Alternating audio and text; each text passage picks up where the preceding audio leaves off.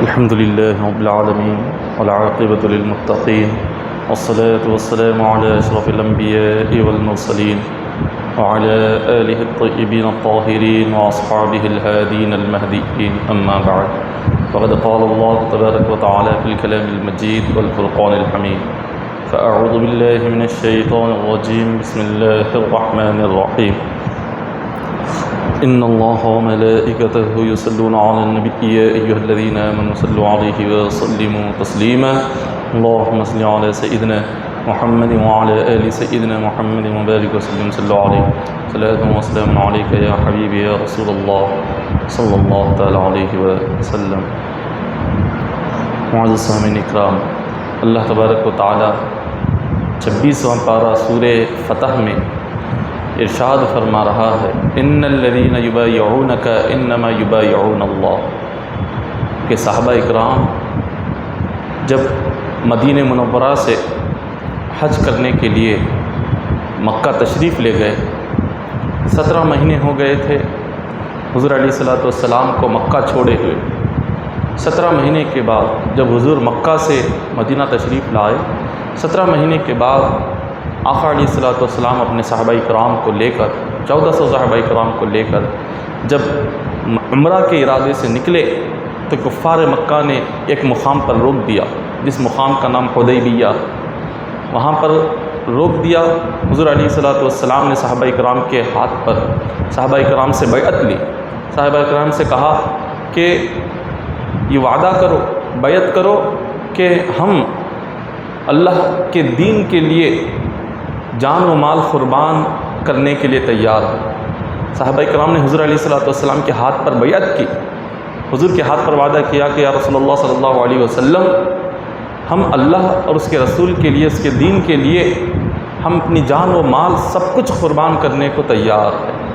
جب صحابہ نے حضور کے ہاتھ پر بیعت کی تو اللہ نے فرمایا کہ میرے صحابہ ان الذین یبایعونک انما یبایعون اللہ ید اللہ فوق ایدیہم. رب نے فرمایا کہ میرے مصطفیٰ کے صحابہ، تم نے جو میرے نبی کے ہاتھ پر اپنا ہاتھ رکھا اور میرے نبی کے ہاتھ پر تم نے جو بیعت کی، یہ میرے نبی کا ہاتھ نہیں، رب نے کہا یہ میرا دست قدرت ہے، یہ میری قدرت کا ہاتھ ہے، یہ میری رحمت الہی کا ہاتھ ہے جس پر تم نے بیعت کی ہے. حضور کے ہاتھ کو اللہ تبارک و تعالیٰ نے اپنا ہاتھ فرمایا. اللہ تبارک و تعالیٰ ہاتھ سے تو پاک ہے، اللہ تبارک و تعالیٰ جسم کے حصوں سے پاک ہے، لیکن رب نے اپنے نبی کے ہاتھ کو کہا یہ رب کا دست قدرت ہے، یہ رب کی مدد والا ہاتھ ہے، یہ رب کی رحمت والا ہاتھ ہے. حضور کے ہاتھ کو رب نے اپنا ہاتھ کہا ہے.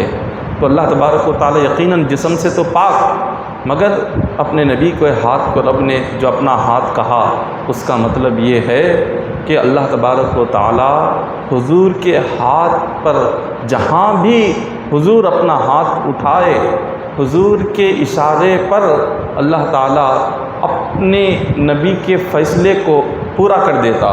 حضور جس ارادے سے اپنا ہاتھ اٹھائے، اللہ اس ارادے کو پورا کرتا ہے. حضور جس مقصد سے اپنا ہاتھ اٹھائے، اللہ اس مقصد کو پورا کرتا ہے. حضور علیہ الصلوۃ والسلام جس چیز کے لیے جو سوچ کر، جو ارادہ کر کے اپنا ہاتھ اٹھائے، اللہ اس ارادے کو پورا فرما دیتا ہے. آقا علیہ الصلوۃ والسلام کے مبارک ہاتھوں سے ایسے معجزات دنیا نے دیکھے ہیں کہ آج تک دنیا میں کسی نے ایسے معجزات نہیں دیکھے جو حضور کے ہاتھ سے جو معجزات ہوئے. حضور نے اپنے ہاتھ کے جو معجزات دکھائے ہیں، دنیا آج تک ایسے معجزات نہیں دیکھی. ایک حدیث پاک میں آتا ہے، حضرت برہ بن عازب رضی اللہ تعالیٰ عنہ فرماتے ہیں، حضرت عبداللہ بن عتیق رضی اللہ تعالیٰ عنہ، یہ صحابی رسول ہے. ابو رافع ایک یہودی تھا. اس یہودی نے صحابہ کو، حضور علیہ الصلوۃ والسلام کو بہت تکلیف پہنچائی. حضرت عبداللہ بن عتیق رضی اللہ تعالیٰ عنہ ابو رافع یہودی کو قتل کر کے اس کے محل میں جا کر، اس کے مکان میں جا کر، یہ جو حضور کا بہت بڑا دشمن تھا یہ یہودی ابو رافع، حضرت عبداللہ بن عتیق نے اس کے محل میں جا کر اس کو قتل کیا. قتل کر کے وہ محل کی اونچائی سے سیڑھیوں سے نیچے اتر رہے تھے کہ اچانک سے ان کا پیر پھسل گیا اور وہ گر گئے، ان کی پنڈلی ٹوٹ گئی، پنڈلی ٹوٹ گئی۔ انہوں نے اپنے عمامے سے اپنی پنڈلی کو باندھ کر حضور علیہ الصلوۃ والسلام کی بارگاہ میں حاضر ہوئے اور عرض کیا کہ یا رسول اللہ صلی اللہ علیہ وسلم، میں آپ کے دشمن کو قتل کر کے میں تیزی سے اتر رہا تھا، اچانک پیر پھسلا اور میرے پنڈلی ٹوٹ گئی۔ حضور علیہ الصلوۃ والسلام نے ارشاد فرمایا، فقال النبی صلی اللہ علیہ وسلم ابسط رجلک، فرمایا کہ اے عبداللہ بن عتیق اپنے پیر کو پھیلاؤ۔ انہوں نے اپنا پیر پھیلایا۔ آقا علیہ الصلوۃ والسلام نے اپنا مبارک ہاتھ آپ کی ٹوٹی ہوئی پنڈلی پر پھیر دیا۔ ان کی ٹوٹی ہوئی پنڈلی پر حضور نے اپنا ہاتھ پھیرا۔ وہ صحابی فرماتے ہیں حضور نے جیسے ہی ہاتھ پھیرا، میری ٹوٹی ہوئی ہڈی، میری ٹوٹی ہوئی پنڈلی ایسے جڑ گئی کہ زندگی میں کبھی محسوس ہی نہیں ہوا کہ کبھی وہ ٹوٹی تھی، کبھی زندگی میں محسوس نہیں ہوا، نہ کبھی اس پیر میں کبھی نہ تکلیف ہوئی نہ درد ہوا، کچھ نہیں۔ حضور کا اپنا مبارک ہاتھ پھیرنا ہی تھا، اس ہاتھ کے اثر سے ٹوٹی ہوئی پنڈلی جڑ جاتی ہے۔ یہ آقا علیہ الصلوۃ والسلام کے مبارک ہاتھ ہے۔ آج میڈیکل سائنس اتنی ترقی کر گئی ہے، ایک انسان کی ٹوٹی ہوئی پنڈلی کو جوڑنے کے لیے کئی مہینے لگ جاتے ہیں، کئی مہینے اور سال لگتے ہیں، اس کے باوجود وہ پہلے کی طرح اس پیر میں طاقت نہیں آتی، پہلے کی طرح اس پنڈلی میں طاقت نہیں آتی۔ ایک مرتبہ ٹوٹ جائے تو پھر وہ پیر وہ پنڈلی کمزور ہو جاتی ہے۔ لیکن حضرت عبداللہ بن عتیق فرماتے ہیں حضور نے جیسے اپنا مبارک ہاتھ پھیرا، اس دن سے مجھے کبھی ایسا نہیں لگا کہ میرا پیر کبھی ٹوٹا تھا، وہ ایسے جڑ گیا کہ جیسے پہلے تھا، پہلے جس طرح سے پیر تھا بالکل اسی طرح سے ہو گیا۔ وہ صرف حضور کے ہاتھ لگانے کی برکت سے تھا۔ اسی طرح ایک روایت میں آتا ہے حضرت اسید بن عیاص رضی اللہ تعالیٰ عنہ، یہ صحابی رسول ہے، آقا علیہ الصلوۃ والسلام نے اسید بن عیاص کے چہرے پر اور ان کے سینے پر حضور نے اپنا مبارک ہاتھ پھیرا تھا۔ ان کے چہرے پر بھی ان کے سینے پر بھی آقا علیہ الصلوۃ والسلام نے ہاتھ پھیرا۔ وہ فرماتے ہیں اس دن کے بعد سے ان کا چہرہ اور سینہ اتنا روشن ہو گیا کہ وہ جس اندھیرے کمرے میں جاتے اندھیرا کمرہ روشن ہو جاتا تھا، جس اندھیرے گھر میں جاتے اندھیرا گھر روشن ہو جاتا تھا۔ اتنا چہرے سے نور نکلنے لگا، اتنا سینے سے نور نکلنے لگا، اندھیرا ختم ہو جاتا تھا۔ یہ نور اور یہ روشنی کہاں سے آئی؟ کیا کہیں وہ حضرت اسید بن عیاص اس صحابی کے چہرے پر چھپی ہوئی تھی؟ نہ، یہ روشنی یہ نور کہیں چھپا ہوا نہیں تھا۔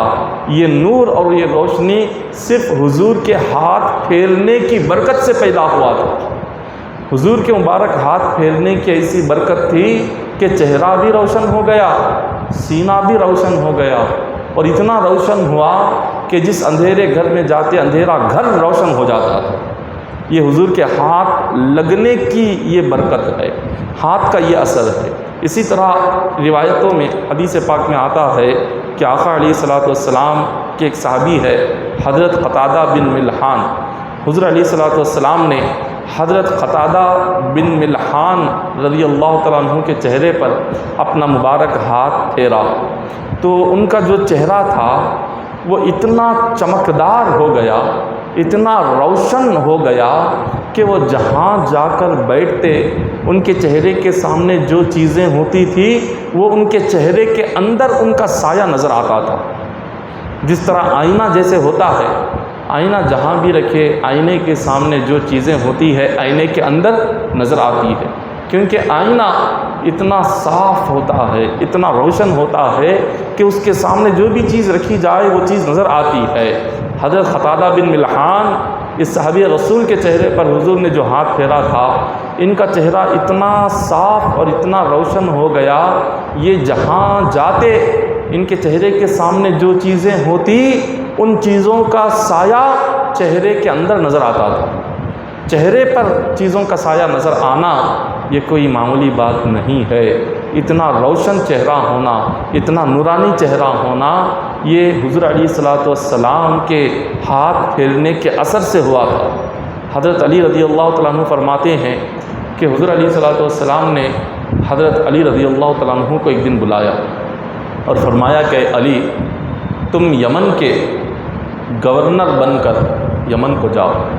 انہوں نے کہا کہ یا رسول اللہ صلی اللہ علیہ وسلم، جو گورنر ہوتا ہے اس کے پاس سارے ملک کے فیصلے آتے ہیں، اس کو فیصلے کرنا پڑتا ہے، لیکن مجھ میں اتنی صلاحیت نہیں ہے، مجھ میں اتنا تجربہ نہیں ہے جو میں لوگوں کے فیصلے کر سکوں۔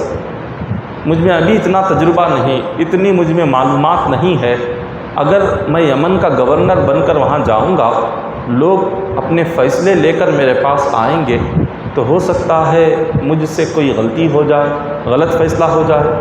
تو آقا علیہ الصلوۃ والسلام نے حضرت علی رضی اللہ تعالیٰ عنہ کو اپنے قریب بلایا، اور حضرت علی فرماتے ہیں حضور نے اپنا دست کرم حضرت علی رضی اللہ تعالیٰ عنہ کے سینے پر مارا، اپنا مبارک ہاتھ حضرت علی کے سینے پر حضور نے مارا اور دعا کی، اے اللہ، علی کے دل کو ہدایت پر قائم رکھ اور علی کی زبان کو حق پر ثابت رکھ۔ یہ حضور نے دعا فرمائی۔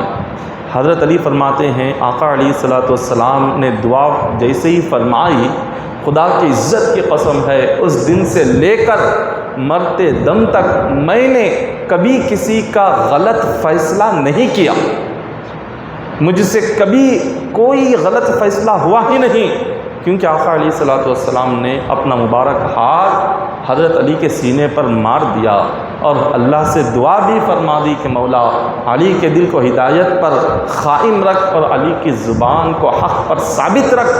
یہ دعا کا اثر اور حضور کے ہاتھ لگانے کا اثر ایسا ہوا کہ تمام صحابہ میں حضور علیہ الصلوۃ والسلام کے کم و بیش 1,24,000 صحابہ گزرے ہیں، سارے صحابہ میں سب سے بہترین فیصلے کرنے والے حضرت علی رضی اللہ تعالیٰ عنہ تھے۔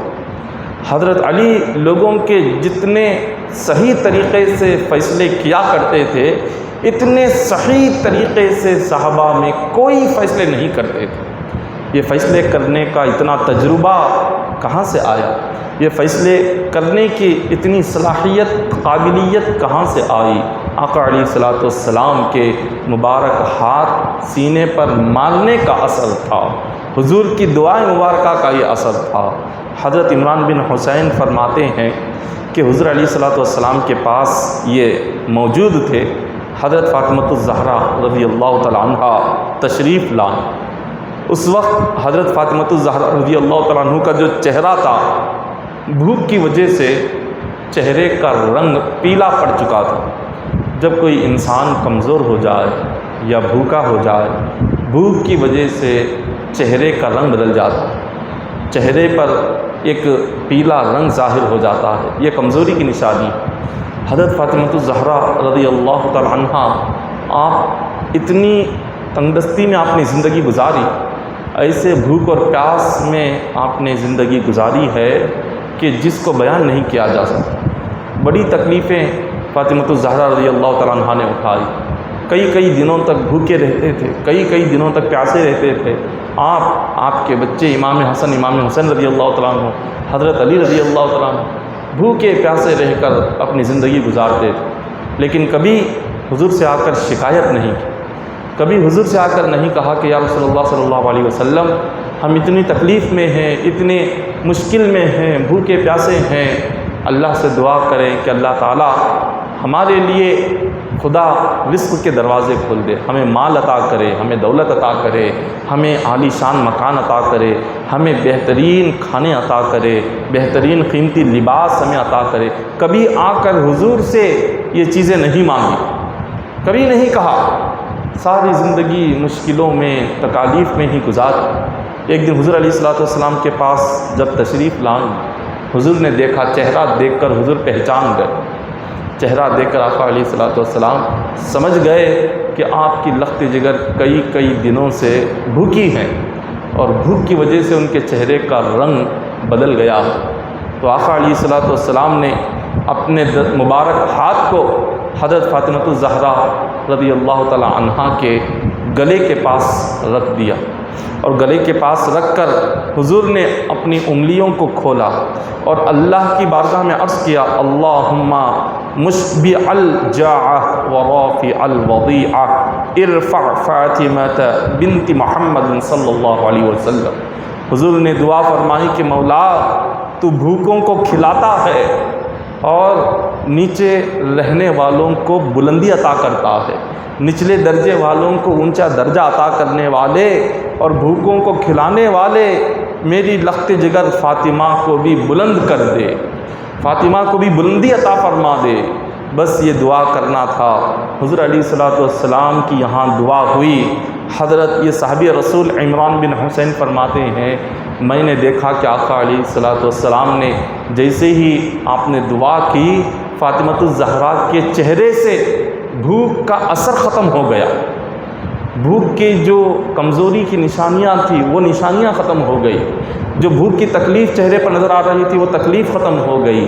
حضرت فاطمۃ الزہرا رضی اللہ تعالی عنہا پھر آپ وہاں سے چلی جاتی ہیں۔ کئی دنوں کے بعد حضرت فاطمۃ الزہرا رضی اللہ تعالی عنہا سے حضرت عمران بن حسین رضی اللہ تعالیٰ عنہ کی ملاقات ہوئی۔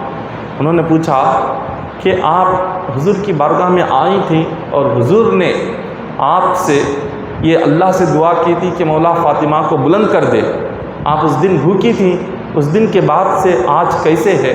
وہ فرماتی ہیں کہ آقا علیہ الصلوۃ والسلام نے جس دن سے میرے گلے کے نیچے ہاتھ رکھ کر دعا مانگی، اس دن سے لے کر آج تک کبھی بھوک کی تکلیف محسوس ہی نہیں ہوئی، کبھی بھوک کی تکلیف محسوس نہیں ہوئی، کیونکہ حضور نے اپنا مبارک ہاتھ رکھ دیا تھا۔ اس ہاتھ کی برکت سے بھوک کی تکلیف اللہ تبارک و تعالیٰ نے اٹھا لی۔ آقا علیہ الصلوۃ والسلام اپنے مبارک ہاتھ کو جس مقصد سے آگے بڑھاتے، اللہ تعالیٰ اس مقصد کو پورا کر دیتا تھا۔ آقا علیہ الصلوۃ والسلام کے مبارک ہاتھوں میں رب نے اتنا اختیار عطا فرمایا تھا، حضور کے مبارک ہاتھوں میں اللہ تبارک و تعالیٰ نے وہ تاثیر عطا فرمائی تھی کہ حضور جو ارادہ کرتے، جو ارادہ کر کے اپنے ہاتھ کو حضور چھوتے، جو ارادہ کر کے حضور اپنا ہاتھ اٹھاتے، اللہ تعالیٰ اسی وقت میں اس ارادے کو پورا فرما دیتا تھا۔ حضور جو خیال فرما کر اپنا مبارک ہاتھ اٹھاتے، اللہ تعالیٰ اس خیال کو اسی وقت میں مکمل کر دیتا تھا۔ ایک روایت میں آتا ہے، حضرت مدلوک فرازی فرماتے ہیں کہ مدلوک فرازی یہ غلام تھے، ان کا جو مالک تھا اس نے حضور کی خدمت میں حضرت مدلوک فرازی کو لے گیا، یہ ابھی اسلام قبول نہیں کیے تھے۔ حضور علیہ الصلوۃ والسلام کے پاس جب حضرت مدلوک آئے، آقا علیہ الصلوۃ والسلام نے انہیں کلمہ پڑھایا، انہوں نے کلمہ پڑھ لیا، اسلام قبول کر لیا، اور حضور نے ان کے لیے برکت کی دعا فرمائی، اللہ سے دعا کی کہ مولا اس شخص کو برکت عطا فرما۔ اور پھر آقا علیہ الصلوۃ والسلام نے حضرت مدلوک کے سر پر اپنا ہاتھ پھیرا۔ حضرت مدلوک فرماتے ہیں حضور علیہ الصلوۃ والسلام نے میرے سر کے آدھے حصے پر اپنا ہاتھ پھیرا تھا، تو حضور کا ہاتھ میرے سر کے جتنے حصے پر پھر گیا، اتنا حصہ ساری زندگی اتنے بال کبھی کالے نہیں ہوئے، باقی سارا سر سفید ہو گیا۔ عمر کے لحاظ سے، ضعیفی بڑھاپے کے لحاظ سے سارے بال سفید ہو گئے، مگر حضور علیہ الصلوۃ والسلام کا مبارک ہاتھ جس جگہ لگا ہوا تھا، جس جگہ حضور نے ان کے سر کو چھوا تھا، پھیرا تھا، وہ سر، وہ حصہ کبھی زندگی میں وہ بال سفید نہیں ہوئے، ساری زندگی وہ بال کالے رہے۔ آقا علیہ الصلوۃ والسلام کے ہاتھ کی برکتیں دیکھیے، کیسی برکتیں۔ پھر آگے حدیث پاک میں آتا ہے، حضرت خزیمہ رضی اللہ تعالیٰ عنہ حضور کی خدمت میں حاضر ہوتے ہیں۔ حضرت خزیمہ حضور کے پاس حاضر ہوئے اور انہوں نے کلمہ پڑھا اور اسلام قبول کیا۔ فمسح النبی صلی اللہ علیہ وسلم وجہہ فما زال وجہہ جدیدا حتی مات۔ حضرت خزیمہ نے جیسے ہی اسلام قبول کیا، آقا علیہ الصلوۃ والسلام نے محبت میں، شفقت میں ان کے چہرے پر اپنا ہاتھ پھیرا۔ حضرت خزیمہ فرماتے ہیں حضور نے جب اپنا ہاتھ پھیرا، اس ہاتھ پھیرنے کا اثر یہ ہوا کہ مرتے دم تک میرا چہرہ ہمیشہ تر و تازہ رہا، چہرہ ہمیشہ تر و تازہ رہتا تھا، ہمیشہ چہرہ بالکل روشن رہتا تھا، صاف رہتا تھا، چہرے پر کوئی جھریاں نہیں، کوئی لکیریں نہیں۔ عمر کے ساتھ انسان کا چہرہ بھی بگڑ جاتا، جوانی میں انسان بڑا ہی خوش نما اور بہت ہی حسین نظر آتا ہے، لیکن عمر جیسے جیسے ڈھلتی جاتی ہے چہرے کا حسن بھی ختم ہوتا جاتا ہے، چہرے پر لکیریں آ جاتی، چہرے پر جھریاں آ جاتی ہے، اور چہرے کا حسن، چہرے کی روشنی آہستہ آہستہ ختم ہونے لگتی ہے۔ حضرت خزیمہ فرماتے ہیں کہ میری زندگی بڑھاپے کو آ گئی، میں موت کے قریب ہو گیا، لیکن میرا جو چہرہ تھا بالکل نوجوانوں کی طرح نظر آتا تھا۔ یہ کیوں نظر آتا تھا؟ کیونکہ حضور نے اپنا ہاتھ ان کے چہرے پر پھیرا تھا، اس ہاتھ کی برکت تھی کہ ساری زندگی ان کا چہرہ ہمیشہ روشن رہا۔ ایک اور حدیث پاک میں آتا ہے، روایت ہے کہ حضرت ابو زید عمرو بن اخطب رضی اللہ تعالیٰ عنہ فرماتے ہیں کہ فمسح رسول اللہ صلی اللہ علیہ وسلم، حضور علیہ السلام نے حضرت ابو زید عمرو بن اخطب رضی اللہ تعالیٰ عنہ کی داڑھی پر اپنا ہاتھ پھیرا، ان کے سر پر اپنا ہاتھ پھیرا، اللہ سے دعا کی اللہم جملہ، عرض کیا کہ مولا اس کو خوبصورت بنا دے، مولا اس کو خوبصورت بنا دے۔ حضور نے ان کے حق میں دعا کی تو یہ فرماتے ہیں کہ میں 100 سال سے بھی زائد ان کی عمر ہو گئی، 100 سال سے بھی عمر بڑھ گئی، لیکن 100 سال سے بھی عمر بڑھنے کے باوجود نہ سر میں کوئی ایک بال سفید ہوا، نہ کوئی داڑھی میں ایک بال سفید ہوا۔ 100 سال سے بھی عمر زیادہ ہو گئی، نہ سر کا ایک بال سفید ہوا، نہ داڑھی کا ایک بال سفید ہوا۔ وجہ کیا تھی؟ کہ حضور علیہ السلام نے اپنا مبارک ہاتھ ان کے سر اور داڑھی پر پھیر دیا تھا۔ آقا کے مبارک ہاتھ کے پھیرنے کی برکت تھی کہ ایک بال بھی سفید نہیں ہوا۔ اور پھر یہ فرماتے ہیں 100 سال سے زائد عمر ہونے کے باوجود بھی ان کا چہرہ نوجوانوں کی طرح نظر آتا تھا، نوجوانوں کی طرح چہرہ نظر آتا تھا، چہرے پر نہ لکیریں، نہ چہرے پر نہ جھریاں، نہ چہرے پر بڑھاپے کا اثر، نہ چہرے کی رنگت ختم ہوئی، نہ اس کا حسن ختم ہوا، نہ اس کی خوبصورتی ختم ہوئی، بلکہ 100 سال سے زائد عمر ہونے کے باوجود بھی چہرہ بالکل روشن اور صاف نوجوانوں کی طرح نظر آتا تھا۔ یہ حضور کے ہاتھ کی برکتیں تھیں جو اللہ تبارک و تعالیٰ نے ایسی ایسی برکتیں دنیا میں ظاہر فرمائی ہے جو آج تک کوئی شخص ان برکتوں کے تعلق سے سوچ بھی نہیں سکتا، کسی کے وہم و گمان میں بھی یہ خیال نہیں آ سکتا کوئی شخص کے حضور کے ہاتھوں سے جو برکتیں ظاہر ہوئی ہیں، ایسی برکتیں کائنات میں کسی کے ہاتھوں سے ظاہر نہیں ہوئی۔ ایک حدیث پاک میں آتا ہے، ایک حضور علیہ السلام نے جب مکہ مکرمہ فتح کیا، مکہ فتح کر کے آقا علیہ السلام حوازن ایک مقام کا نام ہے، وہاں کے لوگ دین اسلام کو قبول نہیں کر رہے تھے، تو وہاں پر اسلامی پرچم بلند کرنے کے لیے، اسلام کا جھنڈا لہرانے کے لیے حوازن مقام کے لوگوں سے جنگ کرنے کا حضور نے ارادہ فرمایا۔ تو جب حوازن کے لوگوں سے جنگ کے ارادے سے حضور نکلے، ساتھ میں صحابہ کرام بھی تھے، اور انہی لوگوں میں شیبہ بن عثمان نامی یہ شخص تھا۔ جنگ احد میں شیبہ بن عثمان کے والد کو قتل کیا گیا تھا۔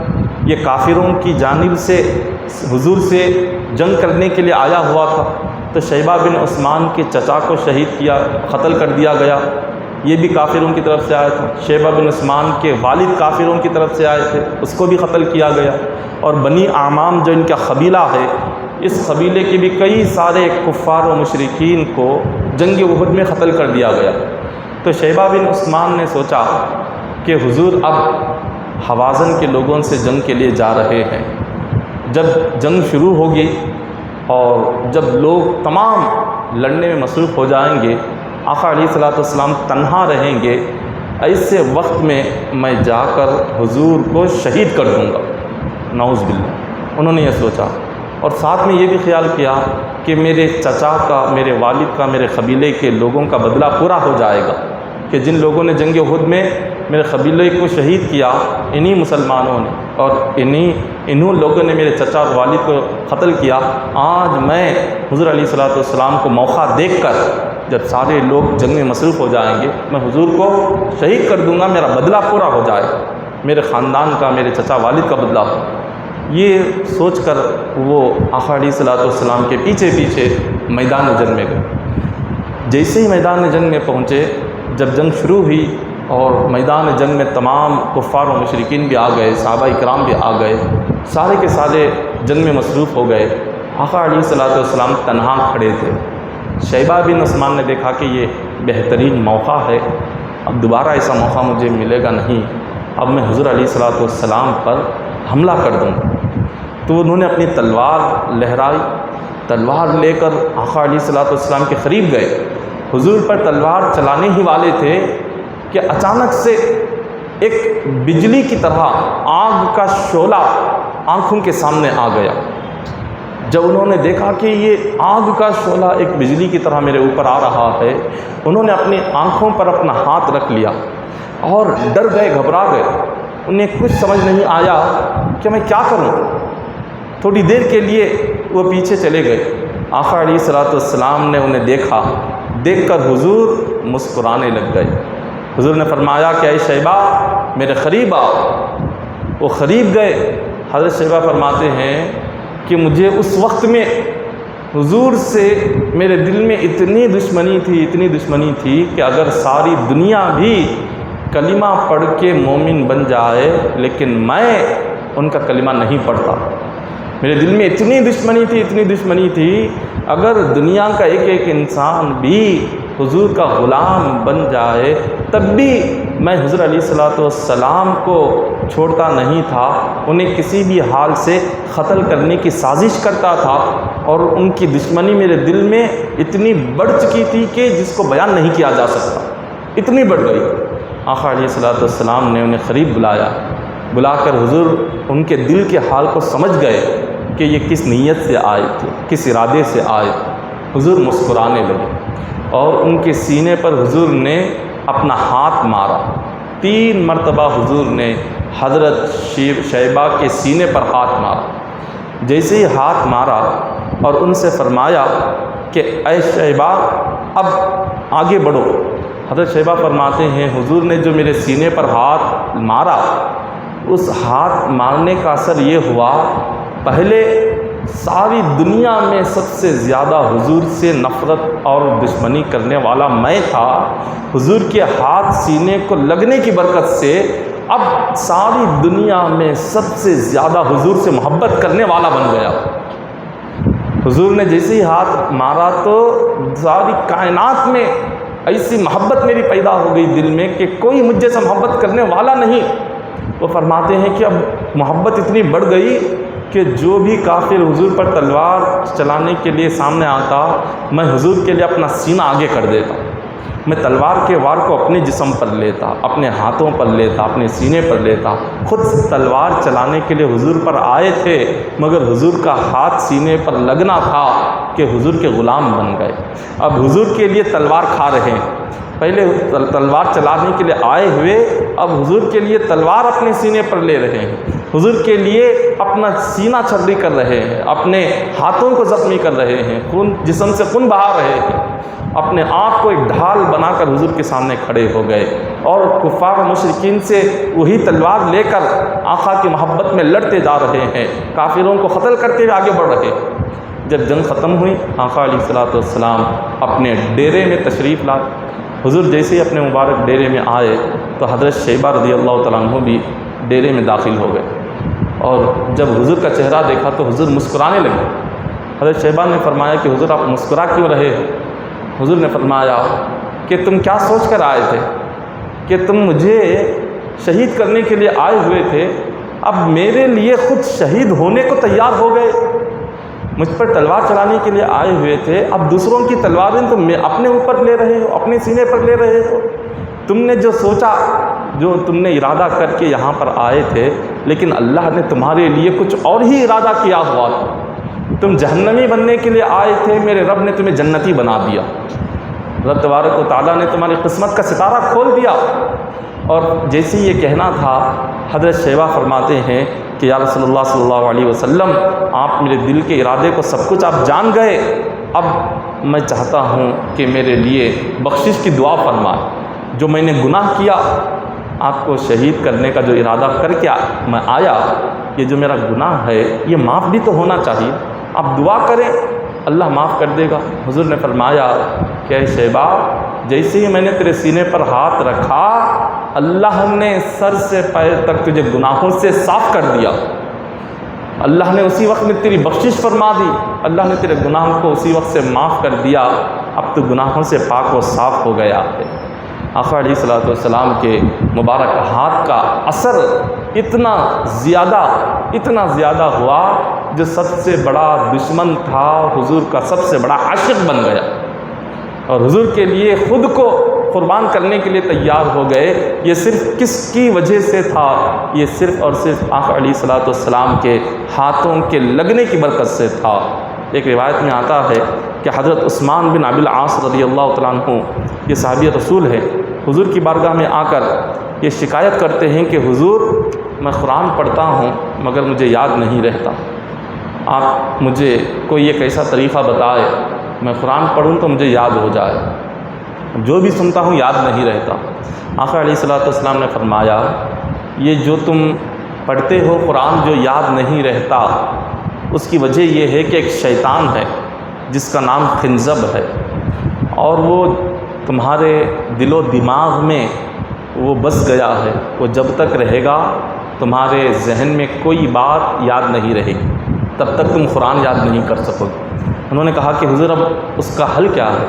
تو فرماتے ہیں آقا علیہ الصلوۃ والسلام نے ان کے سینے پر ہاتھ رکھا، اور حضور کے ہاتھوں کی ٹھنڈک انہوں نے اپنے دل میں محسوس کی۔ حضور نے تو سینے پر ہاتھ رکھا، مگر یہ صحابی فرماتے ہیں میں نے اس ہاتھوں کی ٹھنڈک کو اپنے سینے کے اندر محسوس کیا، اور حضور نے کیا فرمایا؟ اخرج یا شیطان من صدر عثمان، اے شیطان عثمان کے سینے سے باہر نکل، تیری وجہ سے میرے صحابی کو قرآن یاد نہیں رہ رہا۔ وہ فرماتے ہیں حضور کا اتنا کہنا تھا، ایک لفظ حضور نے کہا کہ شیطان عثمان کے سینے سے باہر نکل، اس کے بعد وہ فرماتے ہیں اس دن کے بعد میں لوگوں سے جو بھی بات سنتا تھا وہ فوراً میرے ذہن میں محفوظ ہو جاتی تھی، جو سنتا یاد ہو جاتا تھا، چلتے چلتے کوئی بھی بات ایک سن لی ہمیشہ کے لیے یاد ہو جاتا تھا۔ اتنا ذہن ان کا تیز ہو گیا، ان کی یادداشت اتنی مضبوط ہو گئی، ان کا ذہن اتنا مضبوط ہو گیا، کیونکہ آقا علیہ الصلوۃ والسلام نے سینے پر ہاتھ لگا کر شیطان سے کہہ دیا کہ یہاں سے نکل۔ اس کے بعد سے اللہ نے سوچنے کی صلاحیت، سمجھنے کی صلاحیت، یاد رکھنے کی صلاحیت، ہر چیز کو اللہ نے مضبوط بنا دیا تھا۔ ایک روایت میں آتا ہے حضرت ابو ہریرہ رضی اللہ تعالیٰ عنہ حضور کے صحابہ میں سب سے زیادہ حدیثیں بیان کرنے والے، حضور کے صحابہ میں جتنا حضرت ابو ہریرہ رضی اللہ تعالیٰ عنہ نے حدیثیں بیان فرمائی ہیں، اتنا کسی صحابی نے اتنے حدیثیں بیان نہیں کی۔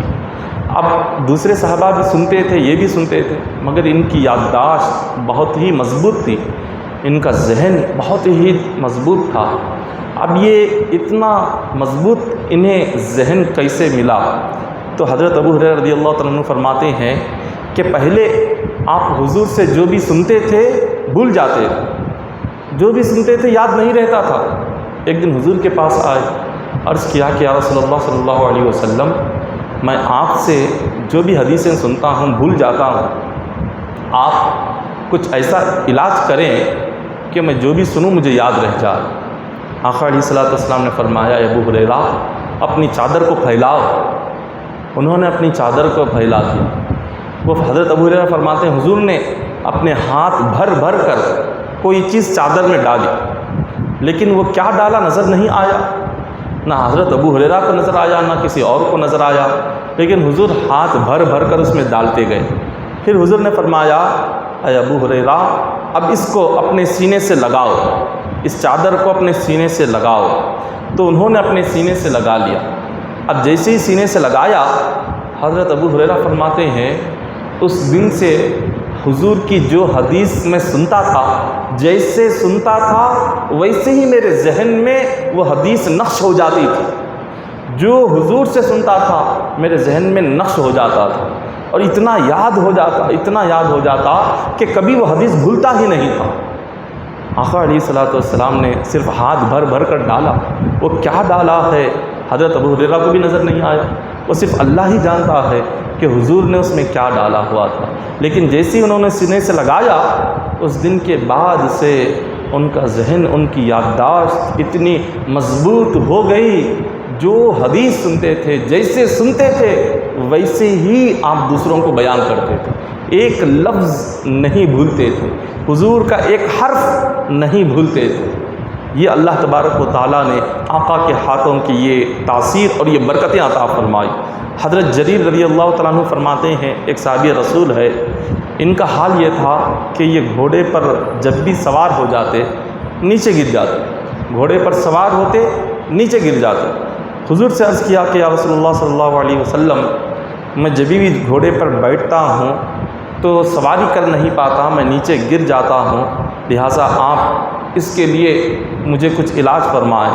آقا علیہ الصلوۃ والسلام نے انہیں قریب بلایا، فضرب بیدہ علی صدری حتی رأیت اثر یدہ علی صدری۔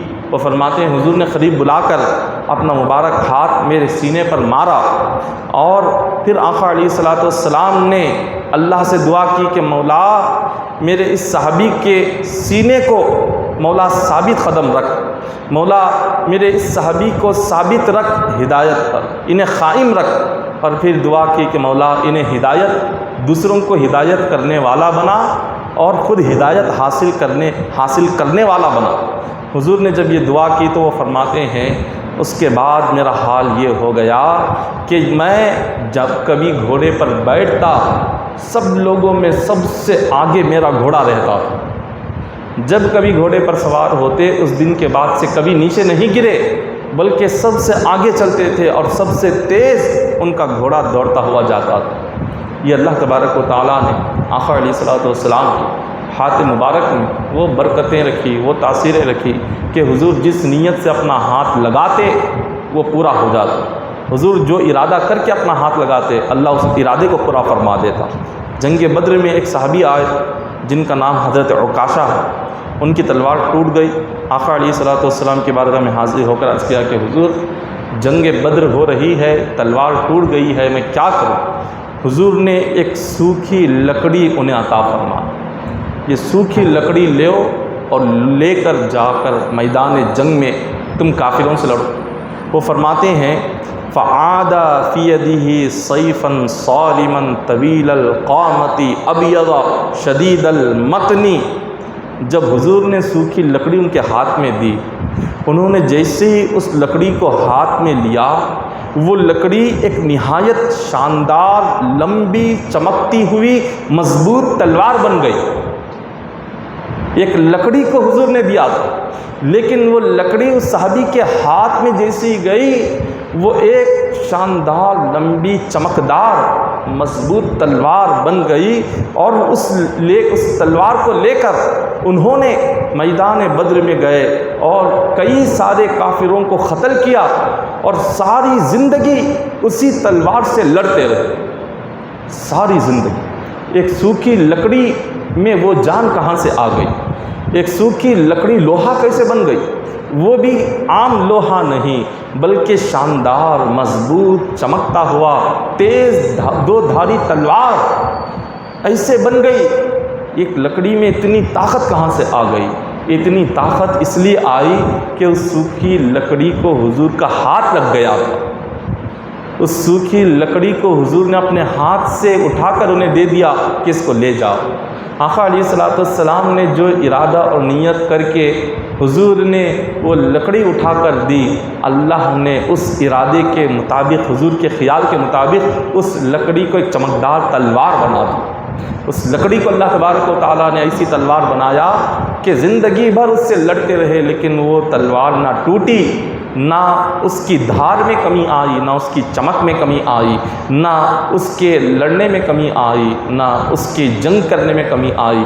وہ تلوار ساری زندگی حضرت عکاشہ کے پاس رہی اور ساری زندگی اسی سے لڑتے رہے اور زندگی بھر جنگوں میں اسی کو لے کر جاتے رہے۔ یہ اللہ تبارک و تعالیٰ نے دست مصطفیٰ میں اتنی تاثیر رکھی ہے، ہر مومن کو یہ اپنے دل میں یہ بات مضبوطی سے قائم رکھنا چاہیے کہ ہم جس نبی کے امتی ہے، ہمیں فخر ہونا چاہیے کہ اللہ نے کیسے عظیم الشان نبی کی امت میں ہمیں پیدا کیا، کتنے عظیم الشان نبی کی امت میں اللہ نے ہم گناہگاروں کو پیدا کیا کہ اس امت میں پیدا ہونے کے لیے دوسرے قوموں کے انبیاء، بنی اسرائیل کے انبیاء اس امت میں پیدا ہونے کے لیے خواہش کرتے تھے۔ انبیاء اللہ نے جنہیں نبی بنایا بنی اسرائیل میں، نبی سے بڑھ کر کسی کا درجہ نہیں۔ انسانیت میں، انسانوں میں سب سے بڑا جو درجہ ہے نبی کا، لیکن وہ انبیاء جب امت محمدیہ کی فضیلت کو سنتے، امت محمدیہ کی فضیلت کو اپنی کتابوں میں پڑھتے تو اللہ سے وہ آرزو کرتے تھے، خواہش کرتے تھے، درخواست کرتے تھے کہ مولا کاش ہم حضور کے امتی بن کر پیدا ہوتے تو کتنا اچھا ہوتا۔ ایسے نبی کی امت میں اللہ نے ہمیں پیدا کیا ہے۔ ہمیں ہمیشہ آقا علیہ الصلوۃ والسلام کی سنتوں پر عمل کرنا چاہیے، کیونکہ ہم اس نبی کی امت میں پیدا ہوئے۔ حضور کی اطاعت کرنی چاہیے، حضور کی فرما برداری کرنی چاہیے، حضور کی تعلیمات پر عمل کرنا چاہیے۔ دعا ہے کہ اللہ تبارک و تعالی ہم تمام کو آقا علیہ الصلوۃ والسلام کی سنتوں پر عمل کرنے کی توفیق عطا فرمائے۔ مولا ہم تمام کے صغیرہ کبیرہ گناہوں کو معاف فرمائے، ہم تمام کے گناہوں کے عیبوں کی مولا ستر پوشی فرمائے، ہم تمام کو اللہ تبارک و تعالی غیبی مدد عطا فرمائے۔ الہ العالمین مالک مولا باری تعالی ہم تمام کی جائز حاجتوں کو پورا فرما، ہماری دعاؤں کو قبول فرما، ہماری جائز مرادوں کو پورا فرما۔ الہ العالمین ہم تمام کو مولا 5 وقت نماز پابندی کے ساتھ پڑھنے کی توفیق عطا فرما، تہجد کی پابندی کرنے کی توفیق عطا فرما۔ الہ العالمین رزق حلال عطا فرما، مولا آخرت کے عذابات سے ہماری حفاظت فرما، قبر کے عذابات سے ہماری حفاظت فرما، ایمان پر استقامت نصیب فرما، مولا دینداری عطا فرما، موت کے وقت مولا کلمہ طیبہ زبان پر جاری فرما، مولا فخر و فاقت اندستی محتاجی مفلسی مجبوری بے بسی سے ہماری حفاظت فرما۔ الہ العالمین مالک و مولا مخلوق سے دنیا سے مال سے بے نیازی عطا فرما، ہماری دلوں سے حرص حسد اور لالچ کینہ بغض عداوت کو دور فرما، ہماری سینے کو مدینہ بنا۔ الہ العالمین ہم تمام کے رزق میں خیر و برکت عطا فرما، ہماری روزی میں کشادگی عطا فرما۔ الہ العالمین مالک و مولا باری تعالی ہم تمام کو مولا ہمیشہ تیری ذات پر کامل یقین اور توکل کرنے کی توفیق عطا فرما۔ ان اللہ ملائکتہ یصلون علی النبی الذین آمنوا صلوا علیہ وسلم تسلیما، اللهم صل علی سیدنا محمد وعلی آل سیدنا محمد وبارک وسلم صلوا علیہ وسلم وسلام علیک یا حبیبی یا رسول اللہ صلی اللہ تعالی علیہ وسلم۔ حسبنا اللہ حسبنا اللہ حسبنا اللہ نعم الوکیل، نعم المولا ونعم النصیر، سبحان ربک رب العزۃ عما یصفون وسلام علی المرسلین، الحمد للہ رب العالمین۔